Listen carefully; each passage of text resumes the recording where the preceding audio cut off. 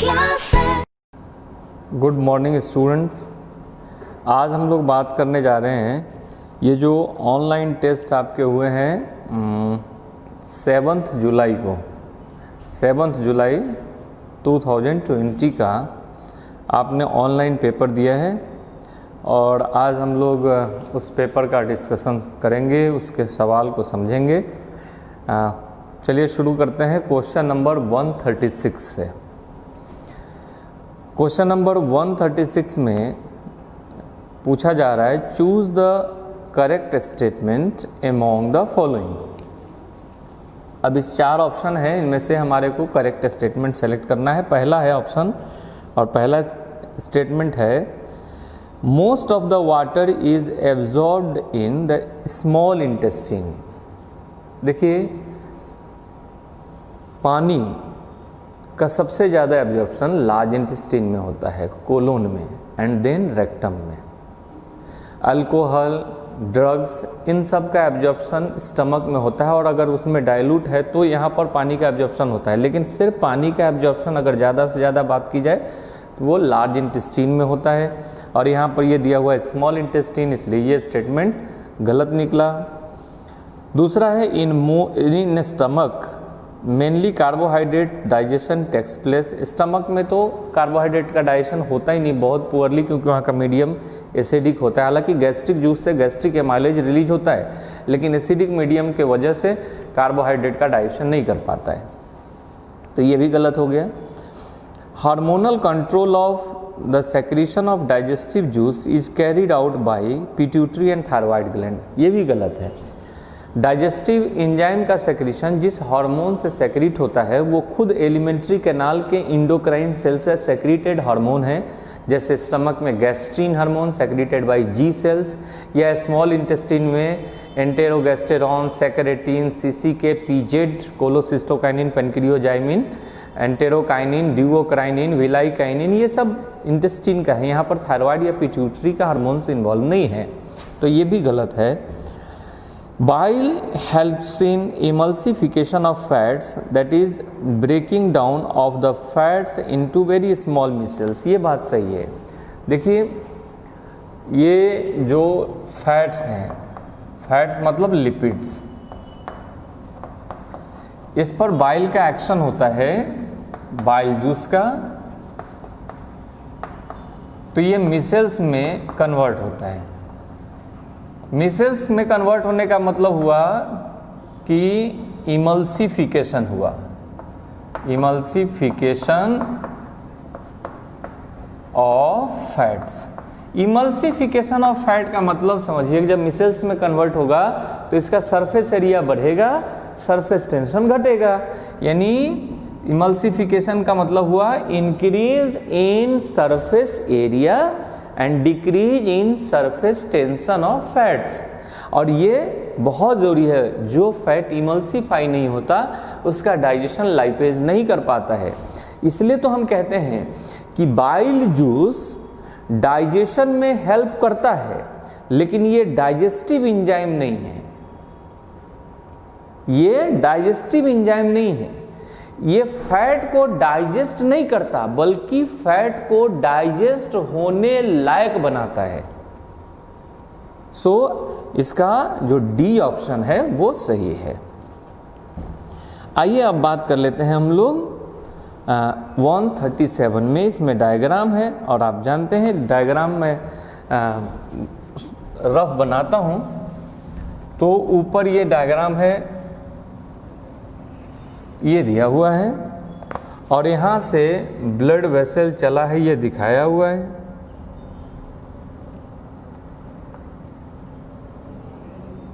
ये हार्ट में आया,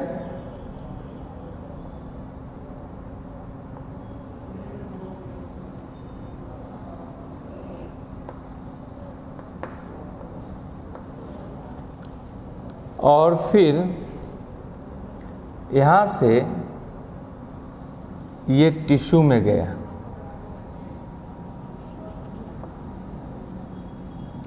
ये डायग्राम है टिश्यू का।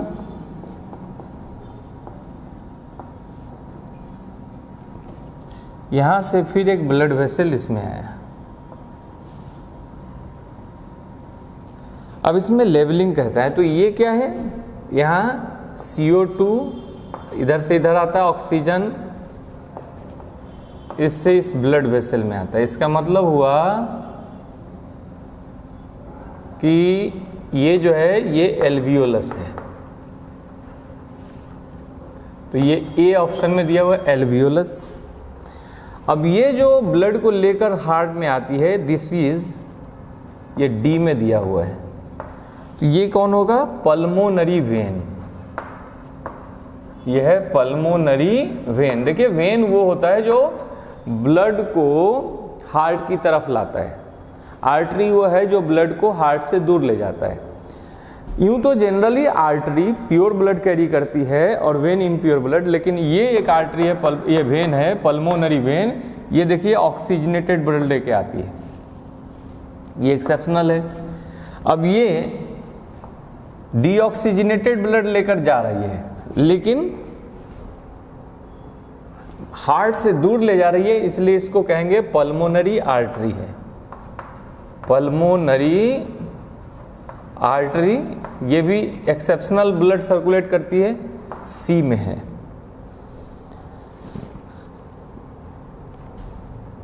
इसमें यहाँ बी है, बी क्या है, तो ये बॉडी टिश्यू हो गया, बॉडी टिश्यू। ई, ये है ई, ये क्या है, ये वेन देखिए लेके जा रही है, तो इसे हम कहेंगे सिस्टेमिक वेन है, सिस्टेमिक वेन। और ये है एफ, ये सिस्टेमिक आर्टरी है, सिस्टेमिक आर्टरी। ये थे क्वेश्चन नंबर 137। अब आ जाइए, अब इसके हिसाब से देखिए इसमें आंसर कौन हो जाएगा, इसमें आंसर हो जाएगा डी। क्वेश्चन नंबर 138 है, 138 मैच कराना है, जिसको आप मैच ऐसे करा सकते हैं। वाइटल कैपेसिटी, वाइटल कैपेसिटी के बारे में हम लोग जानते हैं, मैक्सिमम इंस्पिरेशन और एक्सपिरेशन में जितना एयर इन्वॉल्व होता है वो वाइटल कैपेसिटी है। अब वाइटल कैपेसिटी क्या है कि VC इज इक्वल टू होता है TV tidal volume plus IRV inspiratory reserve volume plus ERV। देखिए टाइडल वॉल्यूम होता है 500 ml, IRV inspiratory reserve volume जो नॉर्मल टाइडल वॉल्यूम के ऊपर जितना मैक्सिमम हम लोग एयर ले सकें, तो इंस्पिरेटरी रिजर्व वॉल्यूम होता है 3000 ml, अब प्लस ERV होता है expiratory reserve volume, tidal volume के ऊपर जितना छोड़ सके, ये होता है 1100 to 1200 ml। यानी वाइटल कैपेसिटी जो है वो लगभग ये 3000 एक 4000 हो गया, अब मतलब 4700 ml लगभग होता है। और इसके आसपास इसमें दिया हुआ है 4800 ml, तो ये VC में मिल गया, मैच कर गया A के साथ 3। अब A के साथ 3 मैच कर रहा है ऑप्शन A में और ऑप्शन D में, तो तय बात हो गया B और C खत्म, B और C रुक गया, तो अब B और C को मैच कराते हैं। टाइडल वॉल्यूम 500 ml है, अब 500 ml ये दिया हुआ है B का A, B का A दिया हुआ है A में भी और D में भी, तो यहाँ से भी क्लियर नहीं हुआ कि इन दोनों में कौन है। रेसिडुअल वॉल्यूम, रेसिडुअल वॉल्यूम जो उसे कहते हैं जो हम अगर फोर्सफुली एक्सपायर कर दें तब भी लगभग 1100 से 1200 ml हमारे लंग्स में फंसा रहता है, इसे हम कहते हैं रेसिडुअल वॉल्यूम। तो C के साथ मैच कर सकता है, B भी 2 नंबर भी मैच कर सकता है और 4 नंबर भी। C के साथ 2 नंबर और 4 नंबर दोनों मैच कर सकता है, तो वो देखिए A में भी है और A में भी है और D में भी है। अब आ जाइए D के साथ, D के साथ 2 नंबर भी मैच कर सकता है और 4 नंबर भी, तो D के साथ 2 नंबर मैच कर रहा है। अब आप इसके हिसाब से अगर लगा देंगे तो इसका आंसर आप डी ले सकते हैं, जो ज़्यादा एप्रोप्रिएट आ जाएगा। हालांकि ए ऑप्शन में भी कोई बहुत ज़्यादा फर्क नहीं है, लेकिन डी इसका ज़्यादा एप्रोप्रिएट है। अब आ जाइए 139। Which of the following correctly explains a phase events in cardiac cycle? Correctly explain events क्या है कार्डियक साइकिल में इन ए स्टैंड इलेक्ट्रोकार्डियोग्राम के लिए, यानी ईसीजी के लिए। ईसीजी में हम जानते हैं, पिछले टेस्ट में भी ये सवाल था और डिस्कशन में हम लोगों ने इस पर चर्चा किया था कि ईसीजी में जो ये पहला वेव बनता है ये पी वेव है, जो एट्रियल सिस्टोल को रिप्रेजेंट करता है। फिर ये क्यू शुरू हुआ, यहाँ से आर और ये एस, ये क्यू आर एस रिप्रेजेंट करता है वेंट्रिकुलर सिस्टोल को, और ये टी वेंट्रिकुलर रिपोलराइजेशन को। तो यहाँ पर दिया हुआ है क्यू आर एस पहला इंडिकेट्स एट्रियल कंट्रैक्शन, ये गलत है। Q R S ventricular contraction को रिप्रेजेंट करता है। दूसरा कह रहा है Q R S complex indicates ventricular contraction, ये बात सही हो गया, यानी यही सही है। 140. What would be the cardiac output of a person having 72 heartbeats per minute and stroke volume of 50 ml? Stroke volume क्या है पहले ही समझिए। एक बार हार्ट बीट करता है, एक हार्ट बीट में जितना अमाउंट ऑफ ब्लड पंप होता है उसे हम कहते हैं स्ट्रोक वॉल्यूम, यानी amount of blood pumped by the heart पर हार्ट बीट। तो यहां स्ट्रोक वॉल्यूम और वो दिया हुआ है 50 ml। दूसरा कार्डियक आउटपुट क्या है, तो amount of blood pumped by the heart पर मिनट। एक मिनट में हमारा हार्ट जितना अमाउंट ब्लड का पंप करता है उसे हम कहते हैं कार्डियक आउटपुट। तो अब कह रहा है कि 72 हार्ट बीट है, तो कार्डियक आउटपुट क्या हो जाएगा, is equal to 72 heart beat है एक मिनट में इंटू एक बार में 50 ml। तो ये लगभग कितना हो गया,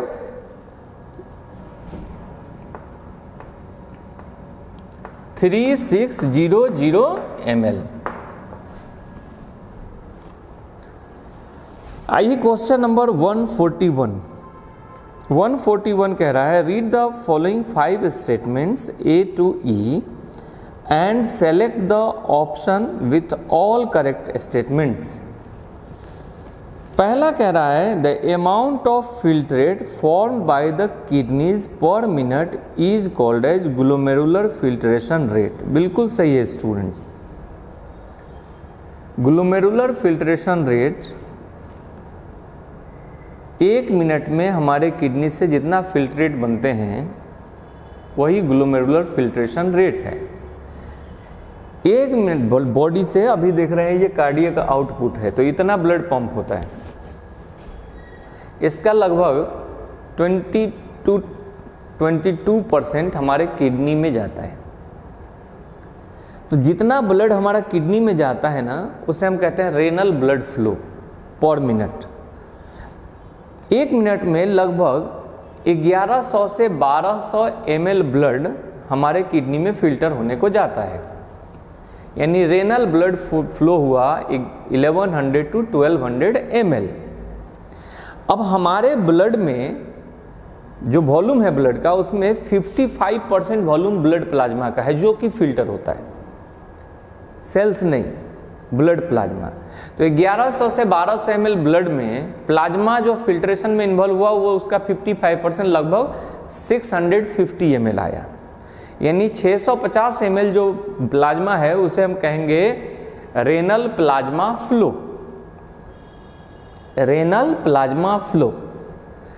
अब इस 650 ml पर मिनट जो प्लाज्मा जाता है किडनी में उसमें से 125 ml पर मिनट प्लाज्मा और उसके साथ डिजॉल्व चीजें ग्लोमेरुलस से बाहर आती है बोमेंस कैप्सूल में और ग्लोमेरुलर फिल्ट्रेट कहलाती है।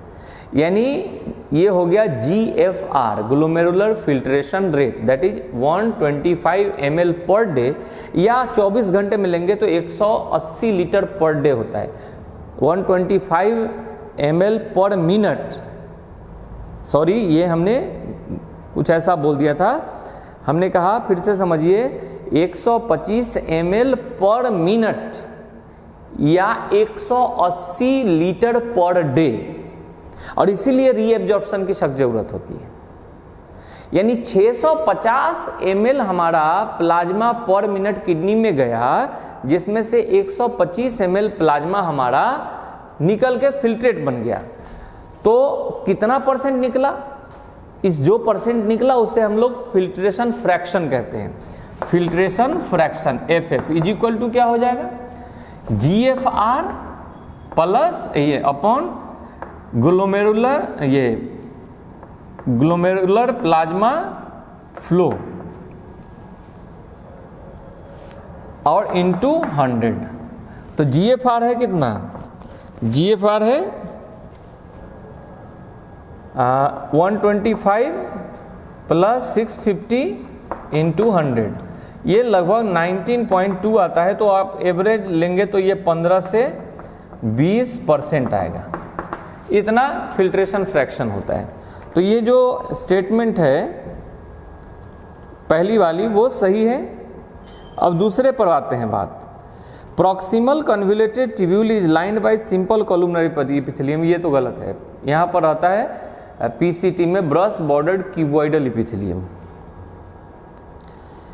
C, a decrease in body fluid volume can switch on the osmo receptor and suppress the ADH। आप बॉडी फ्लूइड घटेगा तो ADH का सिक्रीशन बढ़ेगा, नॉट स्विच्ड ऑफ, और घटेगा कह रहा है कि a decrease in body fluid, A decrease in body fluid volume can switch on the osmoreceptor and suppress the ADH। यहाँ उल्टा कह रहा है, ADH का सिक्रेशन सप्रेस करना कह रहा है, जबकि होगा क्या? ADH का सिक्रेशन स्टार्ट होगा।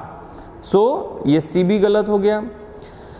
D कह रहा है प्रोटोनेफ्रिडिया और flame cells are excretory structure in platyhelminthes. बिल्कुल, प्लेटीहेलमिन्थेस में ये फ्लेम सेल उसका एक्सक्रीटरी सेल है जो उसके पेरेन्काइमल फ्लूइड में रहता है।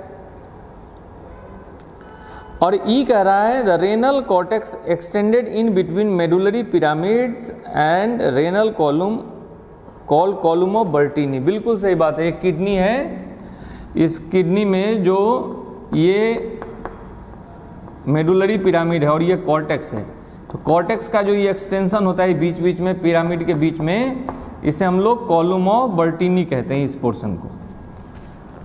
तो इसमें सही हो गया A, D एंड E, यानी इसका ऑप्शन हो गया फर्स्ट।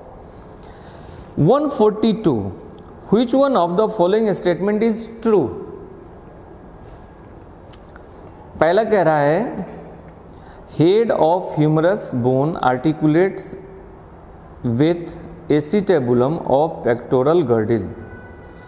हेड ऑफ ह्यूमरस, सही बात है, ह्यूमरस ये हो गया, लेकिन ये कह जो रहा है एसिटेबुलम में, तो ये तो ग्लेनोइड कैविटी है, इसमें रहता है, तो इसलिए ये गलत है। एसिटेबुलम तो पेल्विक गर्डिल का वो सॉकेट है जहां पर फीमर का हेड आर्टिकुलेट है।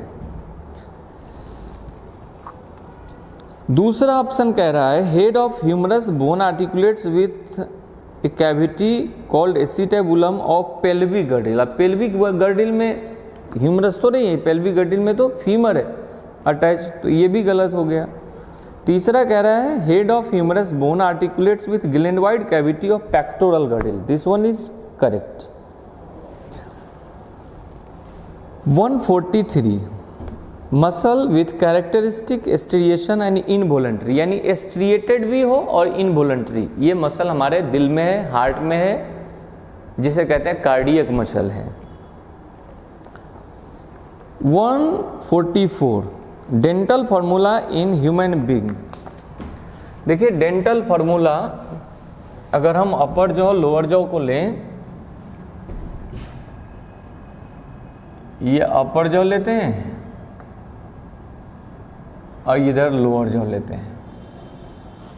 आधा का बनाते हैं समझिएगा, उधर भी उतना ही होता है। तो इधर से एक इंसीजर, दूसरा इंसीजर, ये कैनाइन, 1 2 प्रीमोलर और ये मोलर। इधर भी वैसा ही होगा, एक इंसीजर, ये दूसरा इंसीजर, ये कैनाइन, ये प्रीमोलर, ये मोलर। तो देखिए डेंटल फॉर्मूला होता है अपर जॉ में अपर जॉ और इधर लिखे लोअर जॉ।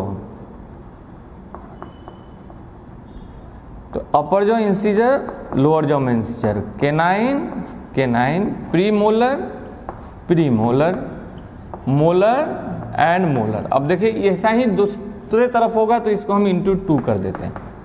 तो इक्वल टू क्या हो जाएगा, इंसीजर इधर 2, नीचे भी 2, कैनाइन 1 1, प्रीमोलर देखिए अपर जॉ में 2 और यहाँ भी ये 2 है, और मोलर 3 और यहाँ भी 3 इंटू 2। अब ऊपर और नीचे वाले को इक्वल कर दीजिए। तो 2 3 2 5 और 1 6 2 8 8 और नीचे वाले को भी इससे जोड़ दीजिए 8 इंटू 2 यानी 16 into 2 is equal to 32 teeth. ये एक एडल्ट के लिए है। लेकिन अगर 17-18 साल के उम्र में जैसे आप लोग हैं उसमें देखेंगे तो ये जो लास्ट मोलर है ना, इसको विजडम टीथ, अकल का दांत कहते हैं, ये नहीं आता है। तो ये इधर भी नहीं आएगा, इधर भी नहीं आएगा, ये विजडम टीथ नहीं है। तो 17 ईयर्स ओल्ड में अगर रहे या 18 ईयर्स ओल्ड में तो ये 3 के जगह हो जाएगा 2 और 2, तो 2 4 दिन 7 हो जाएगा, और ये हो जाएंगे 14 इंटू 2 यानी 28 टीथ जो आप में है। छोटे बच्चों में ये प्री मोलर ही मोलर है उसका। अब ऐसे कंडीशन में छोटे बच्चों में तो यही नहीं रहेगा, तो इतना इंटू 2 हो जाएगा, यानी 5 + 5 इंटू 2 यानी 10 इंटू 2 ये मिल्क टीथ है। तो इसमें हो जाते हैं 20 टीथ। तो आप समझ गए होंगे डेंटल फॉर्मूला, इसके हिसाब से कौन हो जाएगा, आंसर सी। क्वेश्चन नंबर 145 है, liver is the largest gland. बिल्कुल सही बात है, ये बॉडी का सबसे बड़ा ग्लैंड है। And is associated with various function, choose one which is not correct. Digestion of fat, तो मैंने कहा था कि लीवर से बाइल जूस रिलीज होता है और वो डाइजेशन तो नहीं करता फैट का, लेकिन फैट को डाइजेशन होने लायक बनाता है। सो ये तो बात सही हो गया। फॉर्मेशन ऑफ बाइल जूस, ये इसमें बनता है। मेटाबॉलिज्म ऑफ कार्बोहाइड्रेट, बिल्कुल इसमें ग्लाइकोजेनेसिस होता है, ग्लाइकोजन बनता है, या जब ग्लूकोज लेवल कम होता है तो ग्लाइकोजन ग्लूकोज में ब्रेक करता है, तो ग्लाइकोजेनोलिसिस कहते हैं उसको। तो कार्बोहाइड्रेट संबंधित मेटाबॉलिज्म हो रहे हैं। और डी ऑप्शन का रहा है secretion of hormones called gastrin. नहीं, ये तो स्टमक में जो जी सेल है, गैस्ट्रिन सेल, उससे सेक्रीट होता है। तो इसमें इनकरेक्ट हो गया, जो लीवर से रिलेटेड नहीं है वो है D option, secretion of hormones called gastrin. Question number 146 आइए। The figure shows A diagrammatic view of human respiratory system with levels A, B, C and D. Select the option gives correct identification and main function और characteristic. अब इसमें A दिया हुआ है, जो A में है वो लैरिंग्स है। तो A में लैरिंग्स तो दिया हुआ है, लेकिन कह रहा है लैरिंग्स प्यूरिफाई द रेस्पिरेटरी एयर। ये काम लैरिंग्स का नहीं है, ये तो हमारा नेजल हेयर्स करता है, जो म्यूकस होता है रेस्पिरेटरी ट्रैक्ट में वो करता है।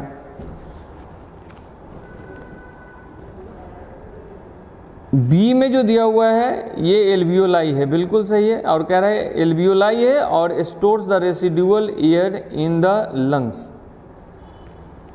बी एल्वियोलाई है और वो that provide surface for gaseous exchange, तो ये बात गलत है।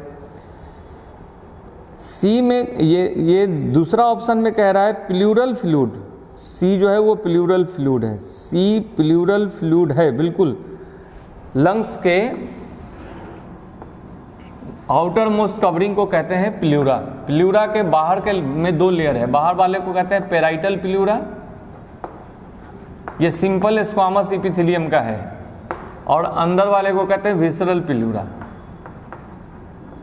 विसरल प्ल्यूरा, इन दोनों के बीच के स्पेस को कहते हैं potential space,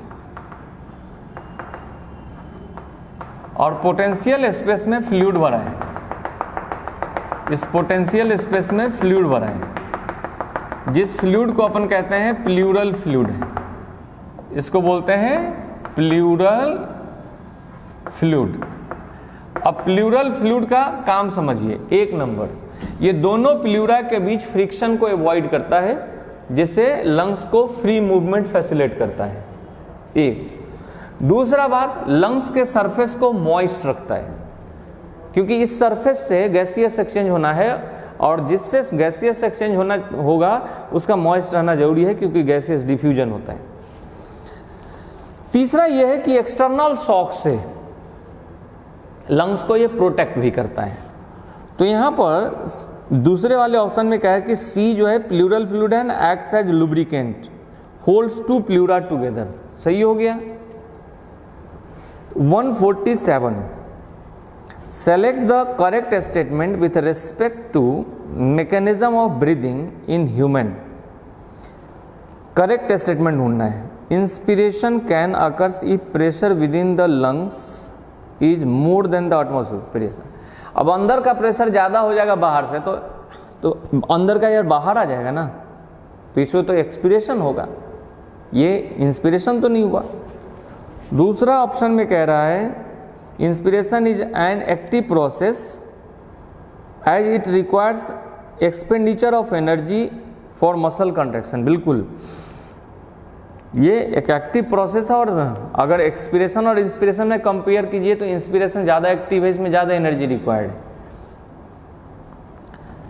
148, which one of the following blood cell is involve in antibody production. Antibody production करता है बी लिम्फोसाइट्स, जिसे अपन प्लाज्मा सेल्स भी कहते हैं। 49, the cardiac impulse is initiated and conducted further up to ventricle. कैसे जाता है cardiac impulse, आइए देखते हैं। हम लोगों का जो हार्ट है वो मायोजेनिक है। मायोजेनिक हार्ट में कार्डियक इम्पल्स एक खास मस्कुलर स्ट्रक्चर से जनरेट होता है, जिसे पेस मेकर या सिनुएट्रियल नोड कहते हैं। ये हमारा हार्ट है,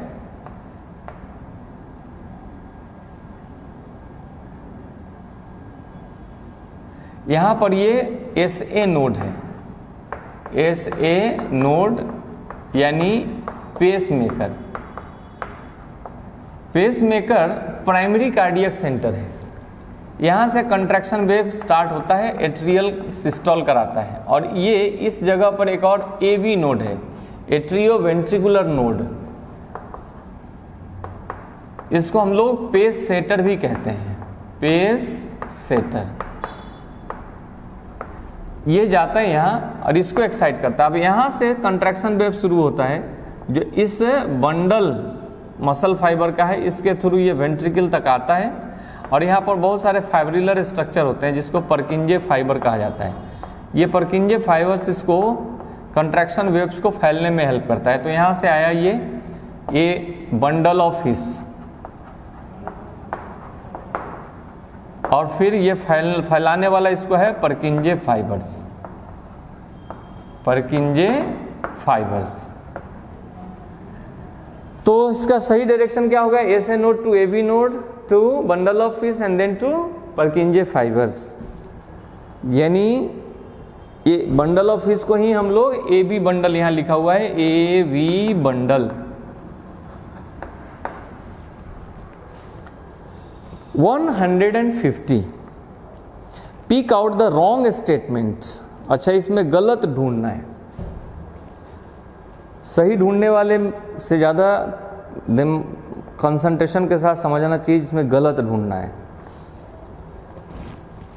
एक स्टेटमेंट कह रहा है the ascending limb of Henle's loop is permeable to water but is impermeable to water but allows transport of electrolytes. Good morning students, आज हम लोग बात करने जा रहे हैं ये जो ऑनलाइन टेस्ट आपके हुए हैं 7 जुलाई को, 7 जुलाई 2020 का आपने ऑनलाइन पेपर दिया है और आज हम लोग उस पेपर का डिस्कशन करेंगे, उसके सवाल को समझेंगे। चलिए शुरू करते हैं क्वेश्चन नंबर 136 से। क्वेश्चन नंबर 136 में पूछा जा रहा है choose the correct statement among the following. अब इस 4 ऑप्शन है, इनमें से हमारे को करेक्ट स्टेटमेंट सेलेक्ट करना है। पहला है ऑप्शन और पहला स्टेटमेंट है most of the water is absorbed in the small intestine. देखिए,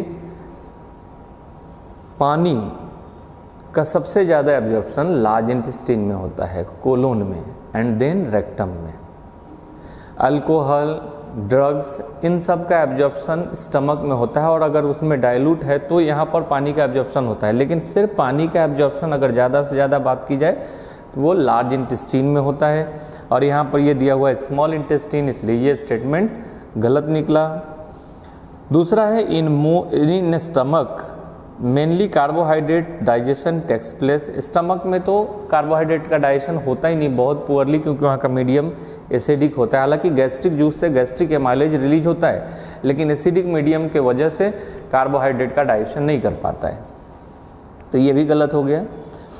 hormonal control of the secretion of digestive juice is carried out by pituitary and thyroid gland, ये भी गलत है।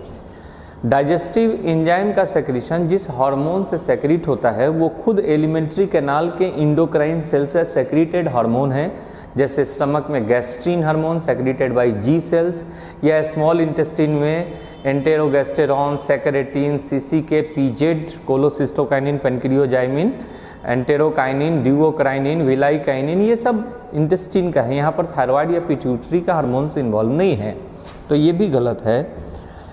Bile helps in emulsification of fats, that is breaking down of the fats into very small micelles, ये बात सही है। देखिए, ये जो फैट्स हैं, फैट्स मतलब लिपिड्स, इस पर बाइल का एक्शन होता है, बाइल जूस का, तो ये मिसेल्स में कन्वर्ट होता है।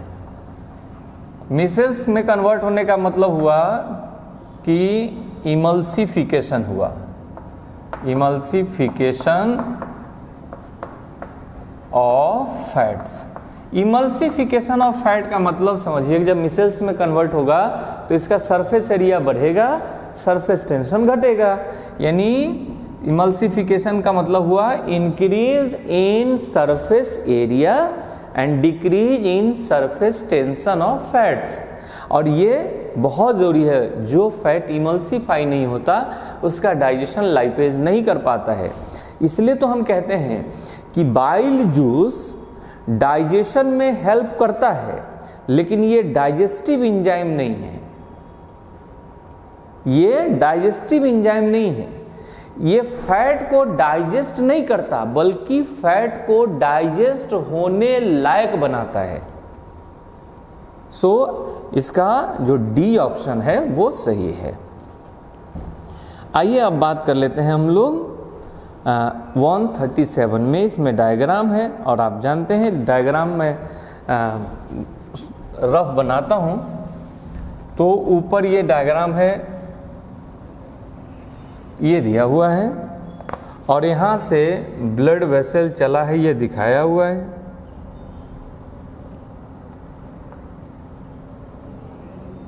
ये हार्ट में आया,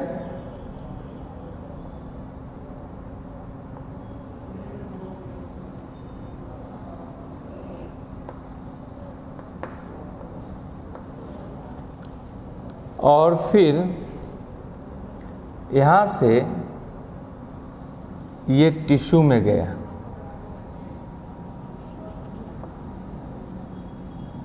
ये डायग्राम है टिश्यू का।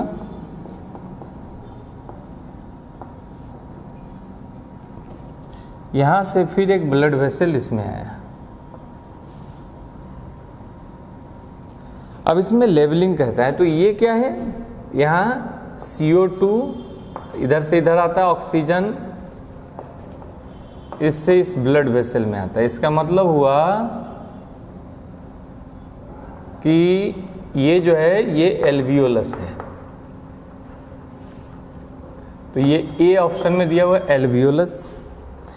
अब ये जो ब्लड को लेकर हार्ट में आती है, दिस इज, ये डी में दिया हुआ है, तो ये कौन होगा, पल्मोनरी वेन। यह है पल्मोनरी वेन। देखिए वेन वो होता है जो ब्लड को हार्ट की तरफ लाता है, आर्टरी वो है जो ब्लड को हार्ट से दूर ले जाता है। यूं तो generally artery pure blood carry करती है और वेन इम्प्योर ब्लड, लेकिन ये एक आर्टरी है, ये वेन है पल्मोनरी वेन, ये देखिए ऑक्सीजनेटेड ब्लड लेके आती है, ये एक्सेप्शनल है। अब ये डीऑक्सीजनेटेड ब्लड लेकर जा रही है, लेकिन हार्ट से दूर ले जा रही है, इसलिए इसको कहेंगे पल्मोनरी आर्टरी है, पल्मोनरी आर्टरी। ये भी एक्सेप्शनल ब्लड सर्कुलेट करती है, सी में है।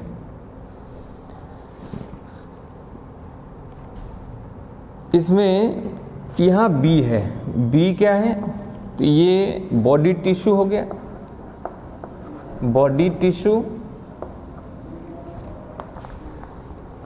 ई, ये है ई, ये क्या है, ये वेन देखिए लेके जा रही है, तो इसे हम कहेंगे सिस्टेमिक वेन है, सिस्टेमिक वेन। और ये है एफ, ये सिस्टेमिक आर्टरी है, सिस्टेमिक आर्टरी।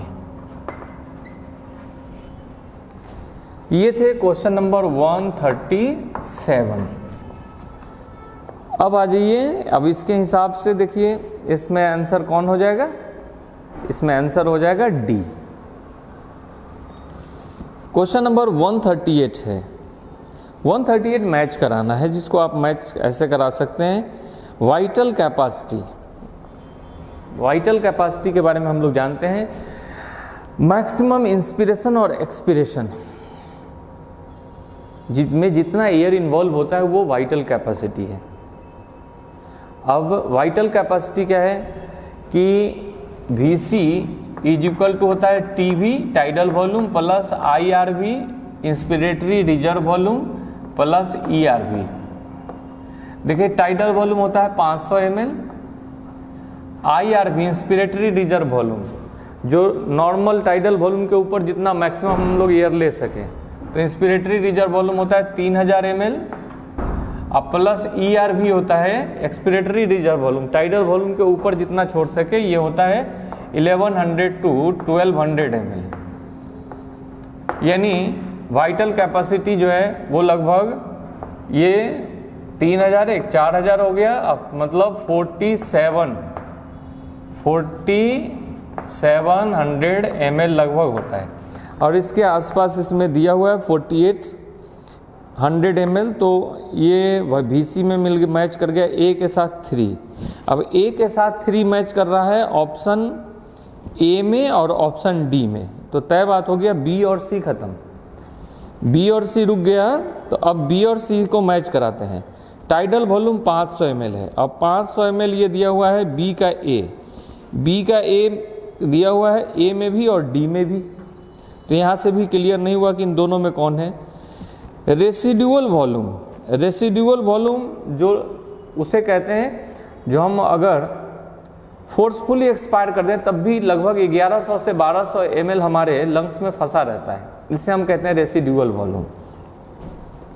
तो C के साथ मैच कर सकता है, B भी 2 नंबर भी मैच कर सकता है और 4 नंबर भी। C के साथ 2 नंबर और 4 नंबर दोनों मैच कर सकता है, तो वो देखिए A में भी है और A में भी है और D में भी है। अब आ जाइए D के साथ 2 नंबर भी मैच कर सकता है और 4 नंबर भी। तो डी के साथ 2 नंबर मैच कर रहा है। अब आप इसके हिसाब से अगर लगा देंगे तो इसका आंसर आप डी ले सकते हैं, जो ज़्यादा एप्रोप्रिएट आ जाएगा। हालांकि ए ऑप्शन में भी कोई बहुत ज़्यादा फर्क नहीं है, लेकिन डी इसका ज़्यादा एप्रोप्रिएट है। अब आ जाइए 139। Which of the following correctly explains a phase events in cardiac cycle? Correctly explain events क्या है कार्डियक साइकिल में इन ए स्टैंड इलेक्ट्रोकार्डियोग्राम के लिए, यानी ईसीजी के लिए। ईसीजी में हम जानते हैं, पिछले टेस्ट में भी ये सवाल था और डिस्कशन में हम लोगों ने इस पर चर्चा किया था कि ईसीजी में जो ये पहला वेव बनता है ये पी वेव है, जो एट्रियल सिस्टोल को रिप्रेजेंट करता है। फिर ये क्यू शुरू हुआ, यहाँ से आर और ये एस, ये क्यू आर एस रिप्रेजेंट करता है वेंट्रिकुलर सिस्टोल को, और ये टी वेंट्रिकुलर रिपोलराइजेशन को। तो यहाँ पर दिया हुआ है क्यू आर एस पहला इंडिकेट्स एट्रियल कंट्रैक्शन, ये गलत है। Q R S ventricular contraction को रिप्रेजेंट करता है। दूसरा कह रहा है Q R S complex indicates ventricular contraction, ये बात सही हो गया, यानी यही सही है। 140 What would be the cardiac output of a person having 72 heartbeats per minute and stroke volume of 50 ml? Stroke volume क्या है पहले ये समझिए। एक बार हार्ट बीट करता है, एक हार्ट बीट में जितना अमाउंट ऑफ ब्लड पंप होता है उसे हम कहते हैं स्ट्रोक वॉल्यूम, यानी amount of blood pumped by the heart पर हार्ट बीट। तो यहां स्ट्रोक वॉल्यूम और वो दिया हुआ है 50 ml। दूसरा कार्डियक आउटपुट क्या है, तो amount of blood pumped by the heart पर मिनट, एक मिनट में हमारा हार्ट जितना अमाउंट ब्लड का पंप करता है उसे हम कहते हैं कार्डियक आउटपुट। तो अब कह रहा है कि 72 हार्ट बीट है, तो कार्डियक आउटपुट क्या हो जाएगा, is equal to 72 heart beat है एक मिनट में इंटू एक बार में 50 ml। तो ये लगभग कितना हो गया,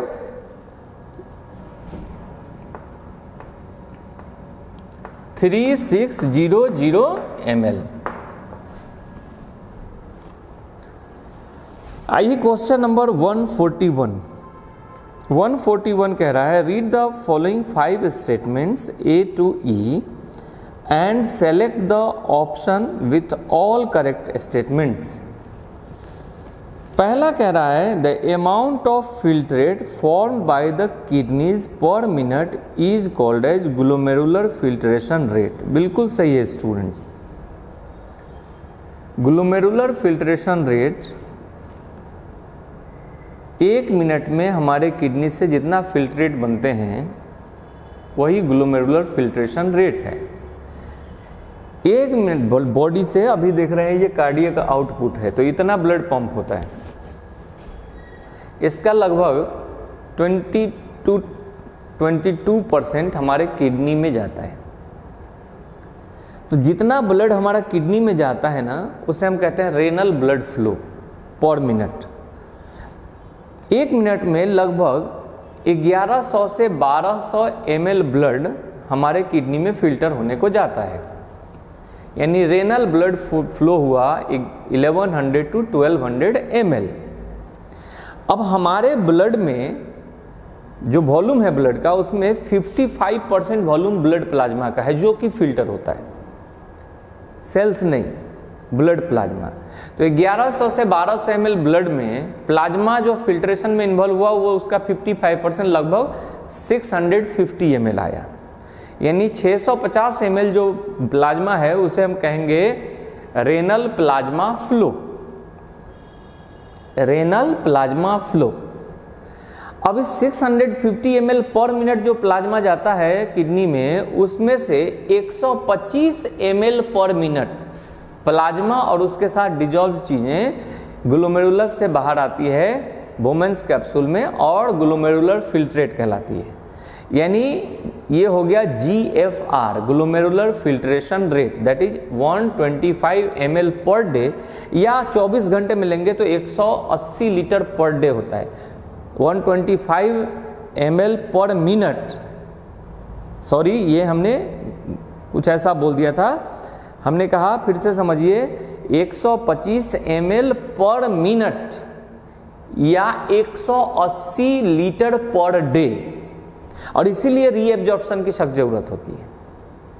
यानी 650 ml हमारा प्लाज्मा पर मिनट किडनी में गया, जिसमें से 125 ml प्लाज्मा हमारा निकल के फिल्ट्रेट बन गया। तो कितना परसेंट निकला? इस जो परसेंट निकला उसे हम लोग फिल्ट्रेशन फ्रैक्शन कहते हैं। Filtration fraction FF is equal to क्या हो जाएगा? GFR प्लस ये अपॉन ग्लोमेरुलर प्लाज्मा फ्लो और इनटू 100। तो GFR है कितना? GFR है 125 प्लस 650 इंटू 100, ये लगभग 19.2 आता है। तो आप एवरेज लेंगे तो ये 15 से 20% आएगा, इतना फिल्ट्रेशन फ्रैक्शन होता है। तो ये जो स्टेटमेंट है पहली वाली वो सही है। अब दूसरे पर आते हैं बात। Proximal convoluted tubule is lined by simple columnar epithelium, ये तो गलत है।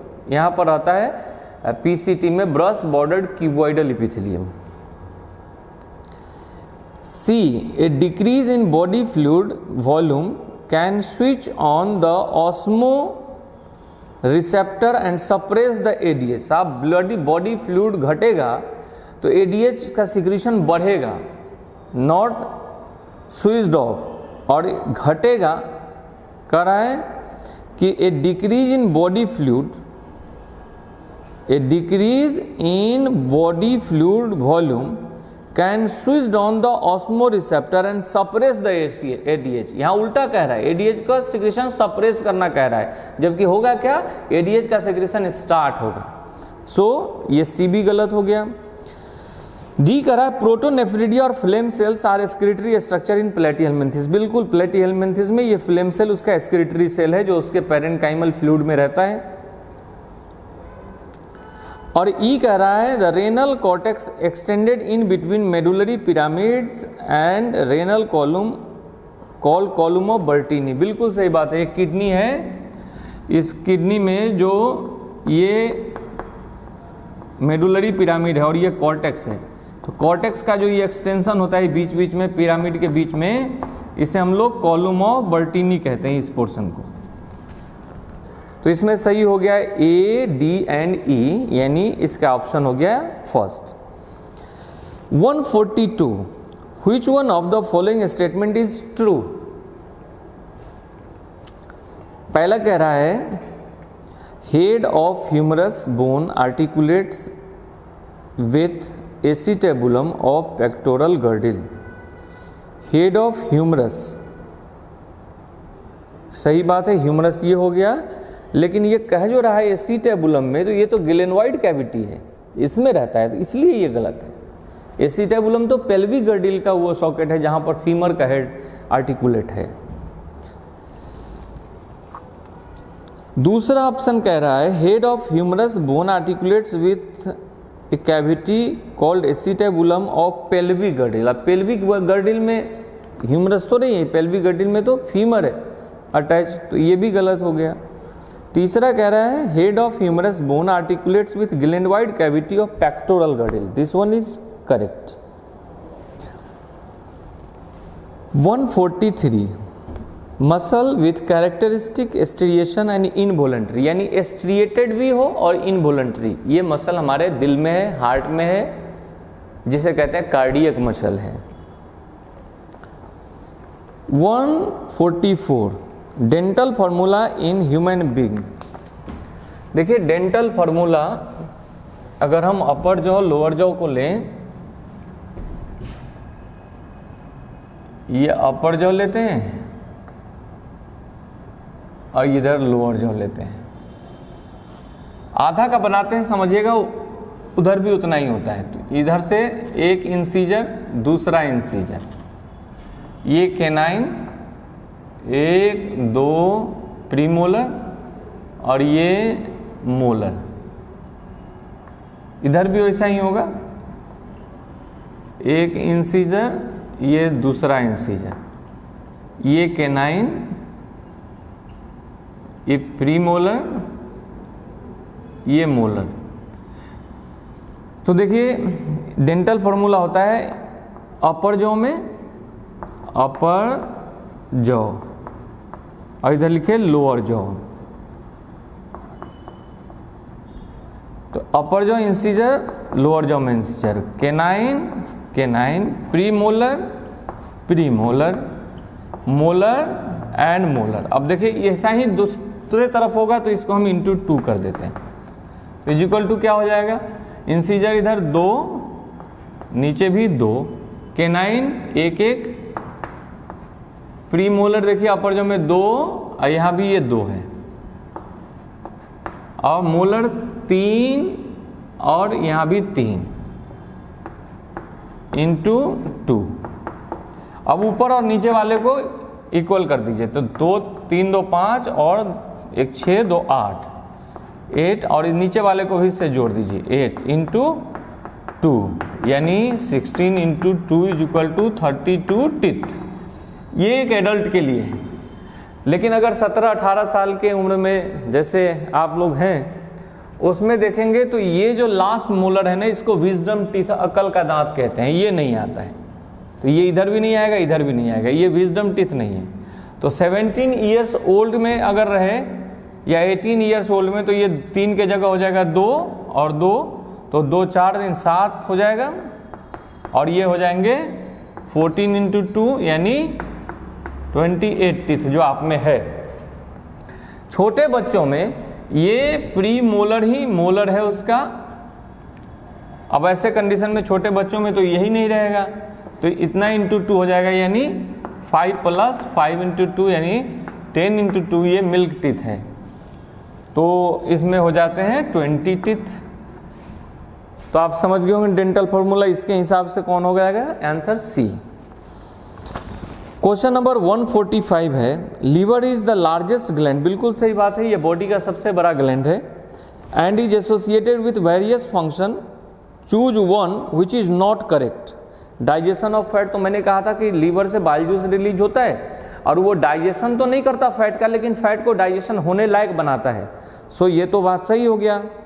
फॉर्मेशन ऑफ बाइल जूस, ये इसमें बनता है। मेटाबॉलिज्म ऑफ कार्बोहाइड्रेट, बिल्कुल इसमें ग्लाइकोजेनेसिस होता है, ग्लाइकोजन बनता है, या जब ग्लूकोज लेवल कम होता है तो ग्लाइकोजन ग्लूकोज में ब्रेक करता है, तो ग्लाइकोजेनोलिसिस कहते हैं उसको। तो कार्बोहाइड्रेट संबंधित मेटाबॉलिज्म हो रहे हैं। और डी ऑप्शन का रहा है secretion of hormones called gastrin. नहीं, ये तो स्टमक में जो जी सेल है, गैस्ट्रिन सेल, उससे सेक्रीट होता है, तो इसमें इनकरेक्ट हो गया। जो लीवर से रिलेटेड नहीं है वो है D option, secretion of hormones called gastrin. Question number 146 आइए। The figure shows A diagrammatic view of human respiratory system with levels A, B, C and D. Select the option gives correct identification and main function और characteristic. अब इसमें A दिया हुआ है, जो A में है वो लैरिंग्स है, तो A में लैरिंग्स तो दिया हुआ है, लेकिन कह रहा है लैरिंग्स प्यूरिफाई द रेस्पिरेटरी एयर। ये काम लैरिंग्स का नहीं है, ये तो हमारा नेजल हेयर्स करता है, जो म्यूकस होता है रेस्पिरेटरी ट्रैक्ट में वो करता है।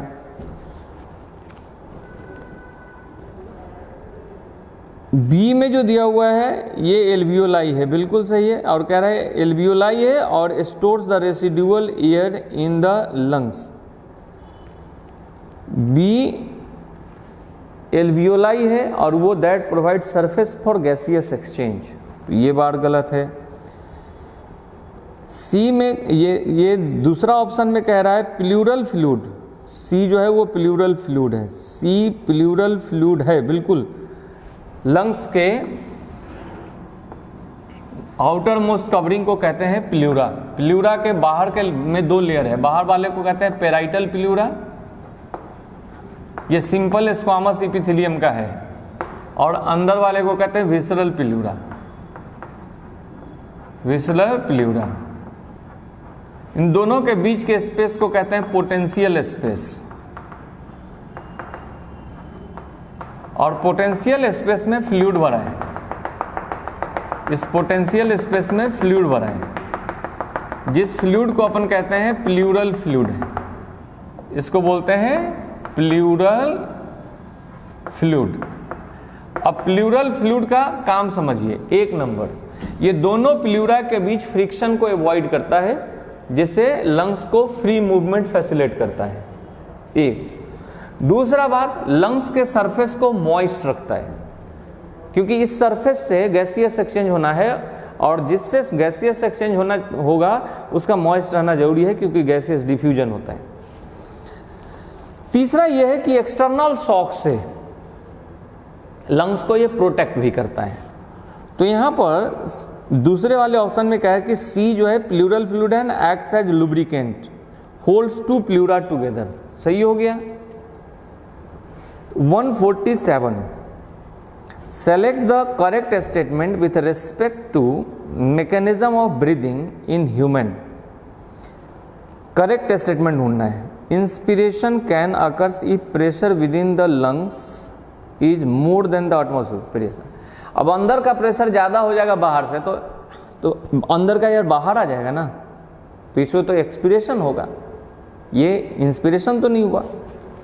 दूसरा ऑप्शन में कह रहा है inspiration is an active process as it requires expenditure of energy for muscle contraction. बिल्कुल, ये एक एक्टिव प्रोसेस है, और अगर एक्सपिरेशन और इंस्पिरेशन में कंपेयर कीजिए तो इंस्पिरेशन ज़्यादा एक्टिव है, इसमें ज़्यादा एनर्जी रिक्वायर्ड है।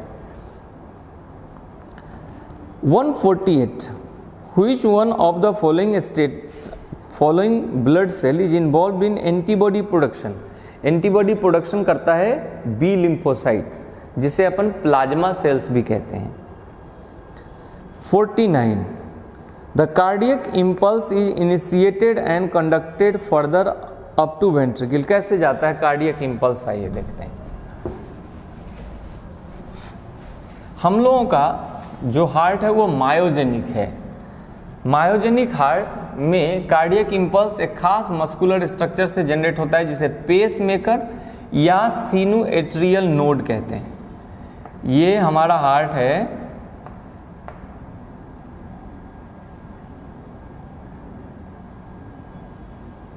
यहाँ पर ये SA नोड है, SA नोड यानी pacemaker. Pacemaker primary cardiac centre है, यहाँ से कंट्रैक्शन वेव स्टार्ट होता है, एट्रियल सिस्टोल कराता है, और ये इस जगह पर एक और AV नोड है, एट्रियो वेंट्रिकुलर नोड, इसको हम लोग पेस सेटर भी कहते हैं, पेस सेटर। ये जाता है यहाँ और इसको एक्साइट करता है। अब यहाँ से कंट्रैक्शन वेव शुरू होता है, जो इस बंडल मसल फाइबर का है, इसके थ्रू ये वेंट्रिकल तक आता है, और यहाँ पर बहुत सारे फाइब्रिलर स्ट्रक्चर होते हैं, जिसको परकिंजे फाइबर कहा जाता है। ये परकिंजे फाइबर्स इसको कंट्रैक्शन वेव्स को फैलने में हेल्प करता है। तो यहाँ से आया ये बंडल ऑफ हिस, और फिर ये फैलाने वाला इसको है परकिंजे फाइबर्स, परकिंजे फाइबर्स। तो इसका सही डायरेक्शन क्या होगा, SA node to AV node to bundle of His and then to Purkinje fibres. यानी ये बंडल ऑफ फिश को ही हम लोग AB बंडल, यहां लिखा हुआ है AV bundle. 150, pick out the wrong statements.